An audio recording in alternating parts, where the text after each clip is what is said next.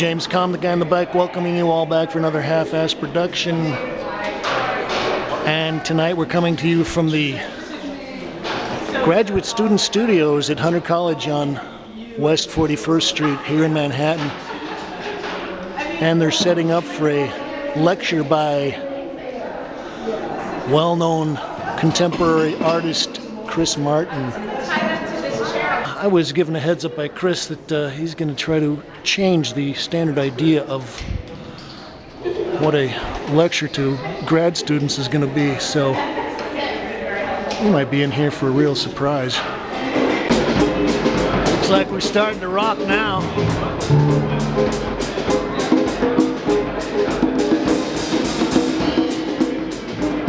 Boy, doesn't this make you wish you came and went to school here at the Hunter grad student program? Party.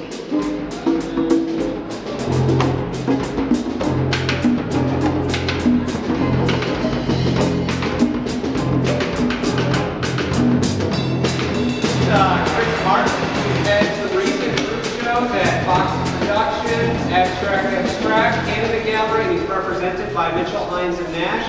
Jerry Saltz has called him an artist. He's put on this wonderful event for us tonight. Thank you, Chris. Thank you. Thank you.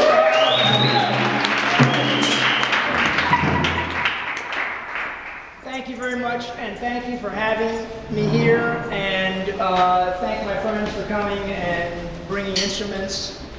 What I would like to do tonight is make this a kind of dialogue and not just a lecture.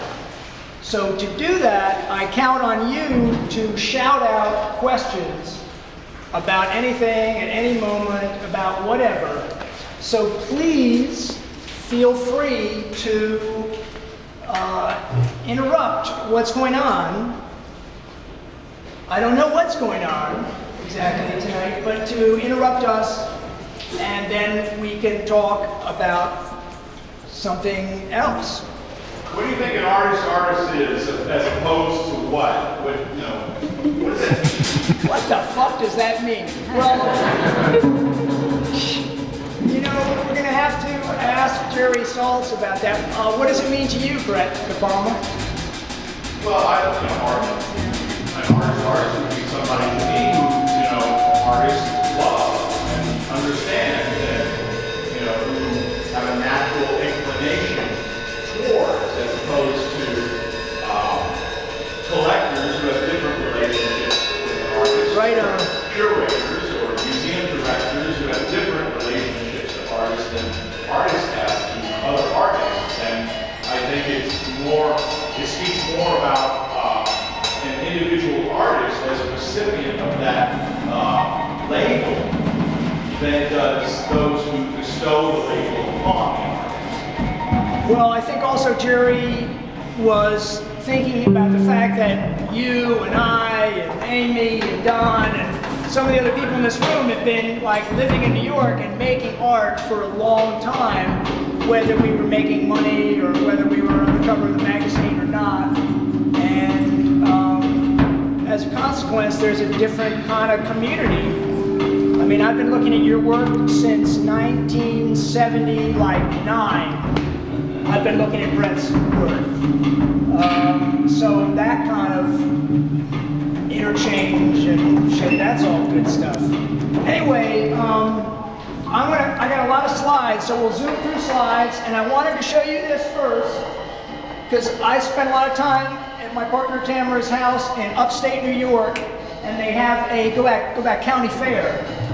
And at the county fair, it's like best goat, prize cow, and they also give prizes for art. And this is this wall of the kids' art, and some kids they gave like a blue ribbon to, and some kids only got like a 5th place ribbon, and like, this is like fantastic, and it didn't get any ribbon at all. And I want to show that right now, because I don't really believe in education. I think it's fantastic that all you people are in this big beehive building, rubbing against each other and getting to know each other. But this is way back then. They're building some kind of critical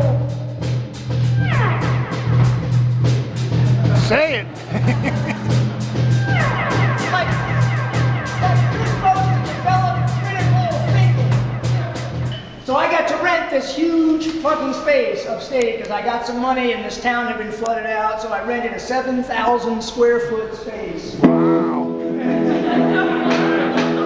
It took up, I got all these new canvases and I started fresh, and the only thing they left in the space was a calendar of bikini girls.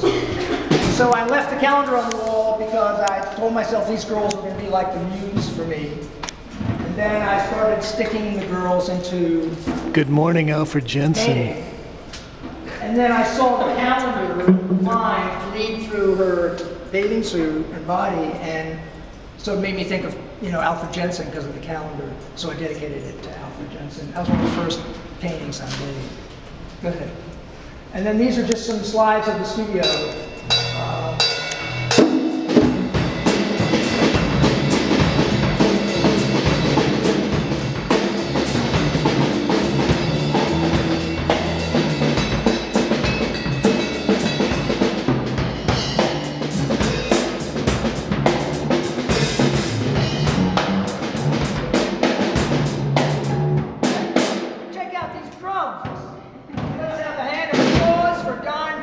Here on drums, these are his hand-painted drums.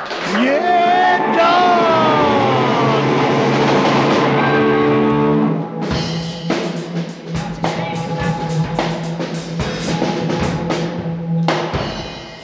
So I did it a second year, same shit, empty 7,000 square feet, brought up a bunch of paintings, and I made 70 paintings in 3 months. Every day I started a new painting.